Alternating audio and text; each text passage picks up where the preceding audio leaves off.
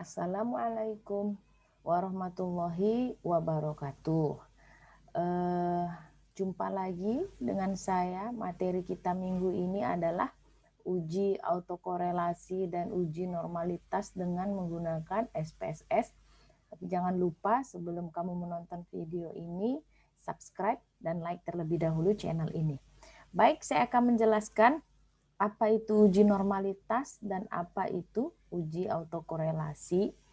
Uji normalitas ya, ini untuk melihat apakah data berasal dari distribusi normal atau tidak. Karena berkaitan dengan uji selanjutnya yang akan kamu gunakan. Ya. Jadi kalau data kita itu seperti uji regresi itu ada prasyarat. Sebelum melakukan uji regresi, maka harus dipastikan data tersebut normal. Kalau dia tidak normal, maka kamu harus beralih ke uji non-parametrik untuk menguji data tersebut. Jadi tidak bisa menggunakan uji regresi atau uji parametrik. Nah, itu dia uji normalitas ini, uji prasyarat ya, sebelum lanjut ke tahap uji selanjutnya. Jadi uji normalitas ini dia punya hipotesis HO itu data berdistribusi normal, atau saya tuliskan singkat saja. Oke, sedangkan HA-nya data tidak normal. Ketentuannya kalau kita menggunakan SPSS ya, jika nilai signifikansi yang kita peroleh maksud saya, lebih besar dari 0,05, maka HO-nya diterima. Itu artinya kalau kita uji menggunakan SPSS, data kita dapat signifikansi di atas 0,05, berarti data tersebut normal. Dan boleh dilanjutkan seperti ke regresi, ANAVA, korelasi, dan lain sebagainya ya. Tetapi kalau lebih kecil dari 0,05 berarti HA yang diterima. Berarti data kita tidak normal. Maka kita harus lakukan uji non-parametrik. Oke. Nah, berikutnya di SPSS ini ada uji normalitas dengan Kolmogorov-Smirnov, ada pula dengan yang namanya Shapiro-Wilk. Ya, apa perbedaan kedua metode ini? Nah, untuk Kolmogorov-Smirnov ini disarankan ya, ini cocok untuk sampel yang besar. Kalau bisa ya di atas 50 sampel ya, atau di atas 100. Jadi Kolmogorov-Smirnov ini rentang sampelnya 20 sampai 1000. Tapi disarankan ya di atas 50 atau 100 sampel baru kamu gunakan Kolmogorov. Tapi kalau masih di bawah 100 atau di bawah 50, ya kamu gunakan Shapiro-Wilk saja lebih cocok. Nah, itu saja untuk uji normalitasnya. Berikutnya adalah uji autokorelasi. Nah, apa uji autokorelasi ini? Uji autokorelasinya ini biasa dipakai untuk apakah seorang peneliti bisa melanjutkan mengolah datanya menggunakan uji regresi. Jadi uji korelasi ini untuk melihat semacam gangguan ya, gangguan atau masalah yang timbul dari satu observasi ke observasi lainnya. Jadi biasanya ini sering ditemukan pada data runtut waktu atau time series ya. Contohnya seperti ini. Lebih sederhana biar bisa kamu pahami. Misalnya gini. Data pengeluaran keuangan dalam sebuah rumah tangga itu biasanya misalkan bulan Desember, ya, akan dipengaruhi oleh pengeluaran sebelumnya. Sebelum Desember kan November. Misalkan di November itu mereka ada membeli sesuatu, katakanlah misalkan sepeda motor. Lalu ada pula di situ pengeluaran seperti membayar pajak kendaraan, ya. Nah, otomatis di bulan Desember pengeluarannya tidak sebesar di bulan yang sebelumnya. Kayak pembayaran pajak itu kan tertentu bulannya. Jadi kalau bulan sebelumnya sudah dibayar, kalau dia hanya memiliki satu kendaraan bermotor, di bulan Desembernya tentu tidak akan membayar lagi. Jadi tidak ada pengeluaran.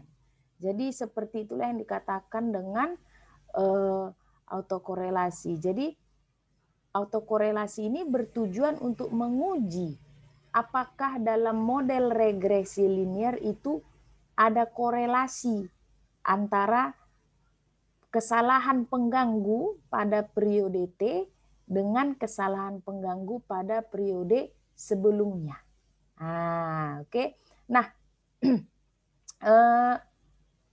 uji autokorelasi dengan menggunakan SPSS ini yang dikatakan hipotesis itu berarti terdapat autokorelasi itu kalau nanti nilai D-nya, kita pakai Durbin Watson, ya, kalau nanti nilai D-nya, ya, keputusannya, ya, lebih kecil dari DL, ya, atau lebih besar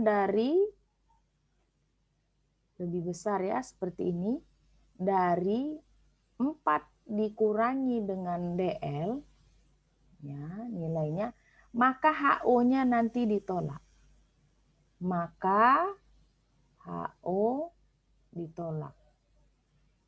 Yang artinya berarti terdapat autokorelasi. Terdapat autokorelasi.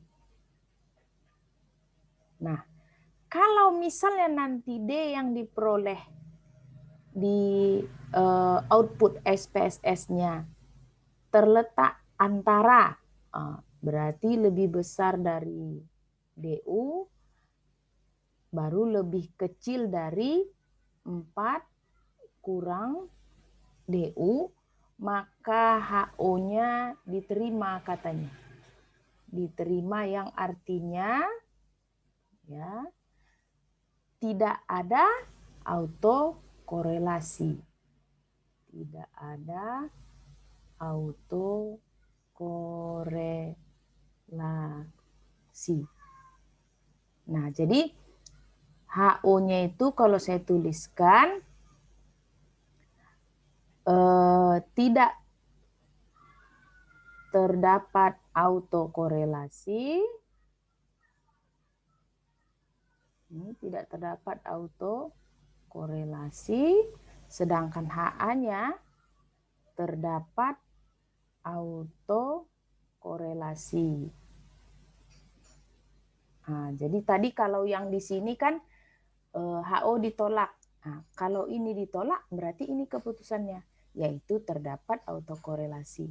Nah, kalau HO diterima, ya ini berarti keputusannya tidak ada autokorelasi. Jadi sebenarnya untuk melanjutkan uji regresi itu, ya, apakah sebaiknya ada autokorelasinya atau tidak. Jadi yang lebih baik itu adalah yang tidak ada autokorelasinya. Oke. Nah, sekarang akan kita praktekkan, ya, untuk uji normalitas dan uji autokorelasinya dengan menggunakan SPSS. Seperti biasa, kita double klik, ya, icon SPSS-nya, kemudian akan muncul tampilan seperti ini. Kita klik variable view, oke, kemudian kita isikan di name-nya ini, ya, harga dolar, ya, Oke, kemudian yang kedua, negara. Yang ini numerik, yang ini kita buat numerik juga. Ya, jadi oke kan. Nah, ini desimalnya tidak ada. Ini juga desimalnya tidak ada. Ya. Di sini kita kasih labelnya sama, harga dolar. Di sini kita kasih labelnya negara. Nah, di sini value-nya kita buat value 1 ini kita kasih label Amerika, dolar Amerika ya. Value 2 kita buat Singapura. Kita add, kemudian di-okekan. Oke. Nah, kemudian data view ini kita ke sini. Ini bisa ditarik. Kita masukkan harga dolarnya. Ini ada 20 data. Sebentar, saya sudah punya datanya.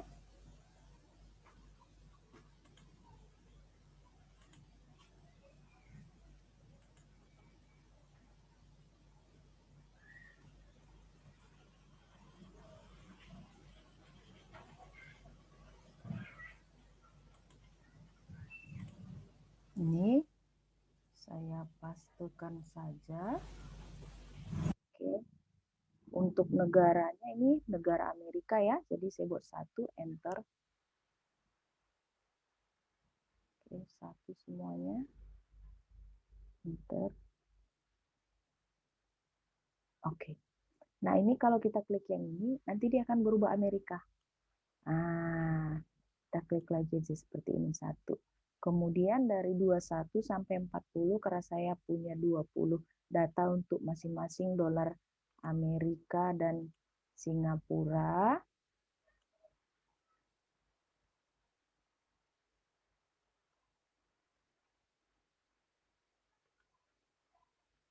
Ini saya pastikan lagi. Nah, ini dolar Singapura ya. Saya buat 2 semua. Enter. Ketikkan 2, enter semuanya. Oke. Nah, ini kalau saya klik lagi yang ini akan seperti ini. Oke.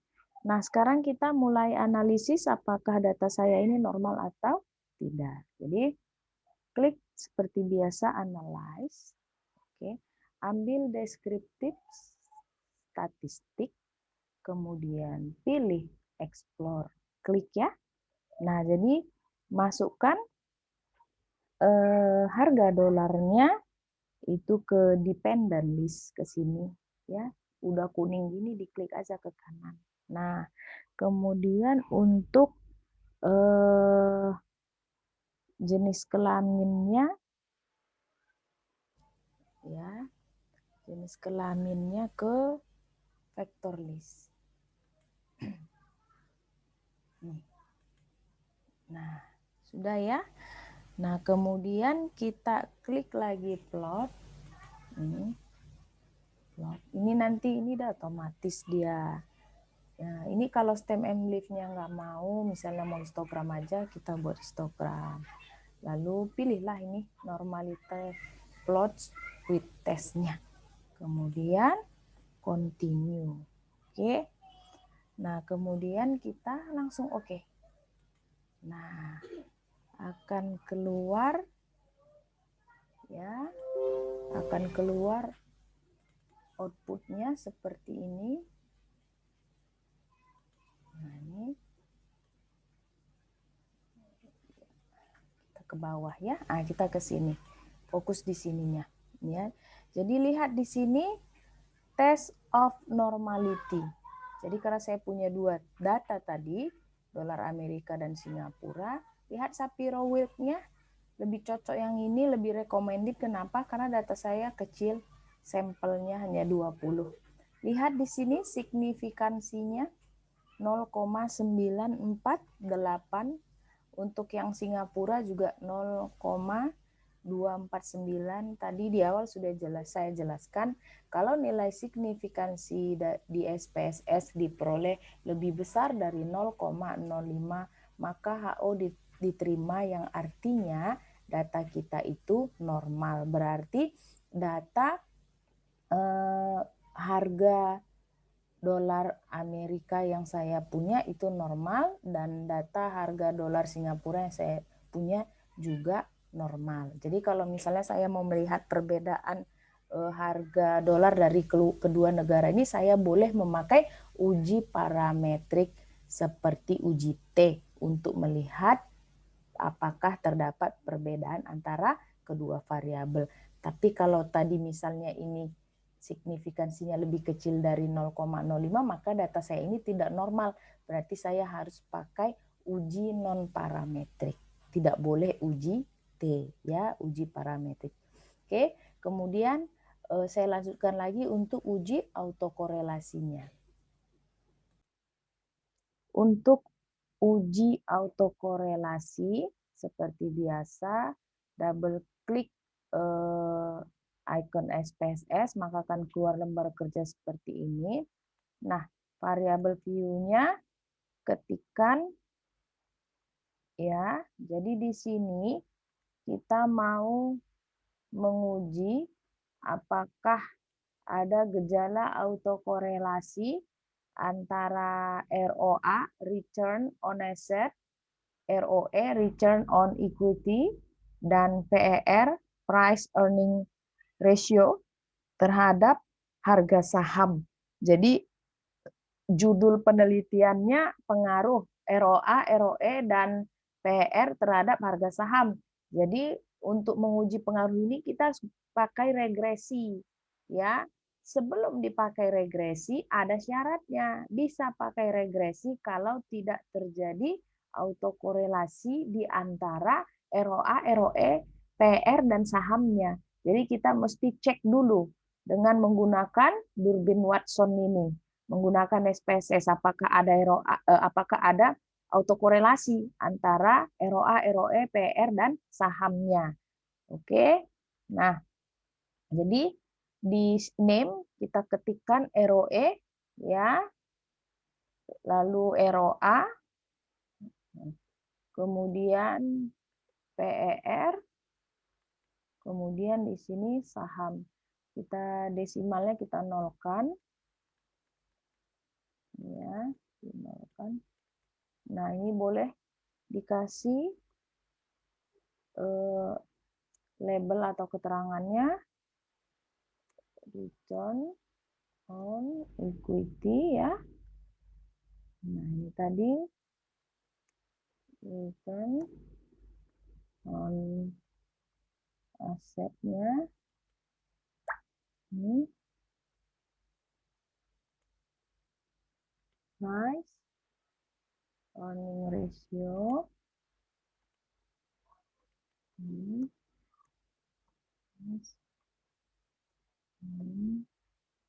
ratio. Kemudian ini harga saham.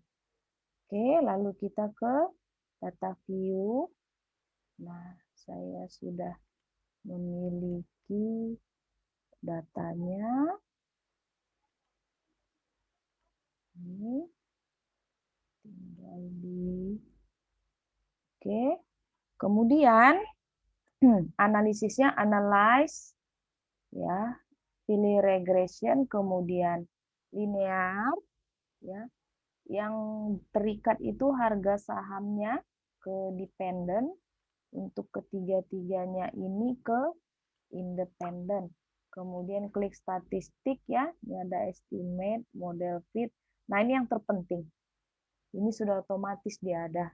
Yang terpenting ini Durbin Watson-nya. Continue, lalu kita oke-kan saja, dan akan muncul output seperti ini. Kita fokus di sininya. Nah, ya, ini saya copy saja, klik kanan. Saya copy, ya. Kemudian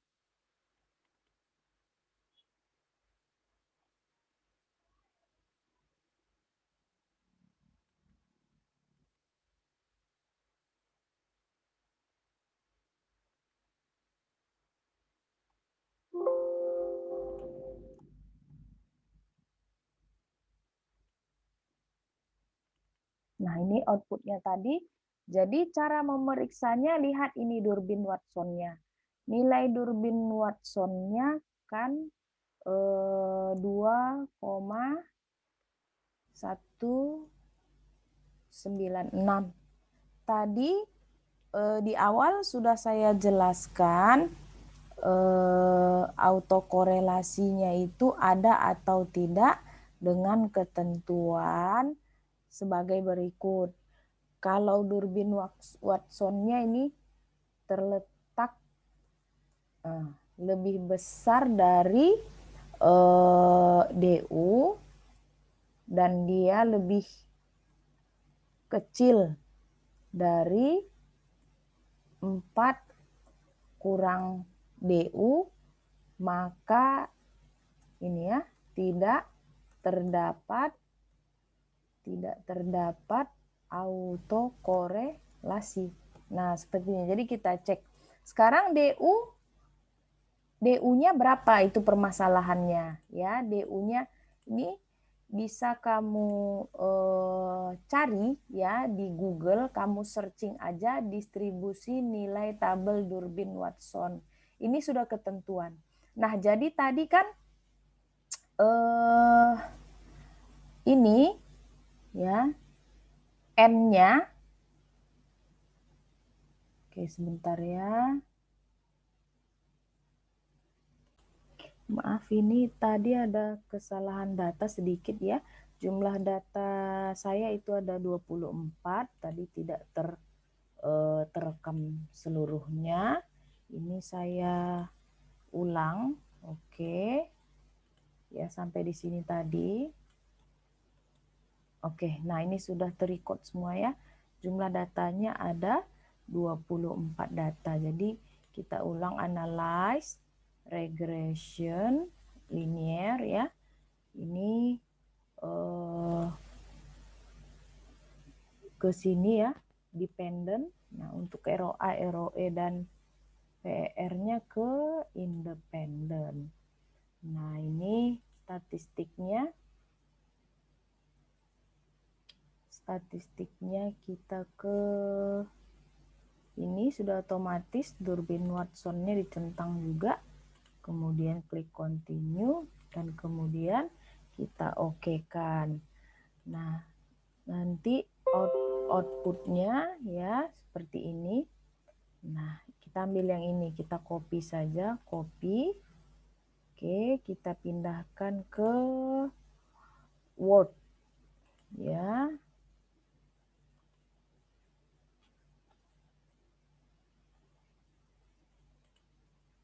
Pindahkan sini. Sebentar ya.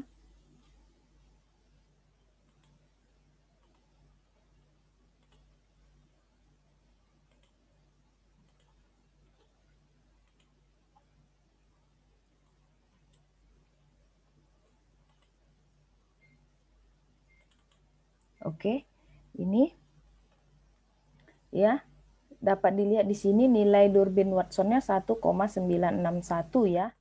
1,961. Nah, tadi di awal sudah saya katakan kalau nilai Durbin Watson-nya lebih besar dari DU dan lebih kecil dari 4 kurang DU, maka tidak terdapat autokorelasi. Nah, itu yang bagusnya.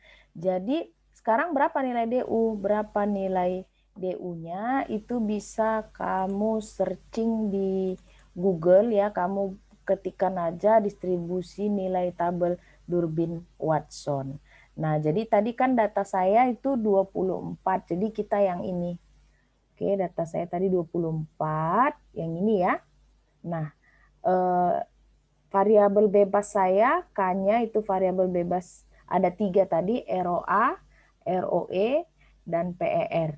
itu variabel bebas. Sedangkan saham tadi variabel terikat ya, bukan variabel bebas. Jadi di sini diketahui DL-nya 1,101, sedangkan DU-nya 1,656. Nah, ini kita ingat 1,656 DU-nya. Kita kembali ke yang tadi ya. Di sini DU-nya kita dapat 1,656. Ini tadi ada pada tabel ya. Lihat pada tabel dengan K-nya atau variabel bebasnya itu ada 3, sedangkan N-nya atau sampelnya itu ada 24. Nah, kalau dilihat ya, nilai D kita ya 1,961 itu benar lebih besar dari 1,656. Apakah 1,91 ini akan lebih kecil dari 4 dikurangi dengan 1,656? Berapa hasilnya? 2,350 ya. Berarti benar. Nilai Durbin-Watson yang kita peroleh 1,961 itu lebih besar dari 1,656 dan lebih kecil dari 2,350. Jadi kesimpulannya bahwasanya tidak terdapat ya autokorelasi antara ROE, ROA, PER, dan saham. Oke. Lalu bagaimana cara menyimpan data SPSS kita tadi ya? Ini bisa kita simpan. Mungkin minggu semalam ada yang menyimpan tetapi kesulitan. Ini klik aja sini file. Ya, save as. Ambil save as. Oke.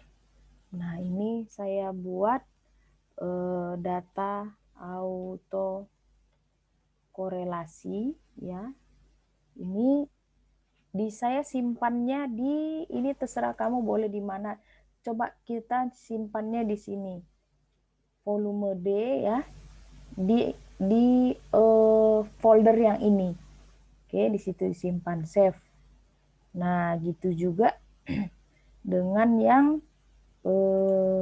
outputnya ya, outputnya tadi ini outputnya ya tinggal di file save as saja, save as. Ini output autokorelasi ya. Ini kita ambil di D di folder ini. Oke, kemudian kita save ya. Ini kalau misalnya mau dibuka kembali ya, mau dibuka kembali nih. Jadi kita buka file D-nya. Ini file D, buka ini ya. Kemudian nah di sini dia sudah ada data autokorelasi dan output autokorelasi. Mungkin sekian aja hari ini. Sampai ketemu minggu depan lagi. Wassalamualaikum warahmatullahi wabarakatuh.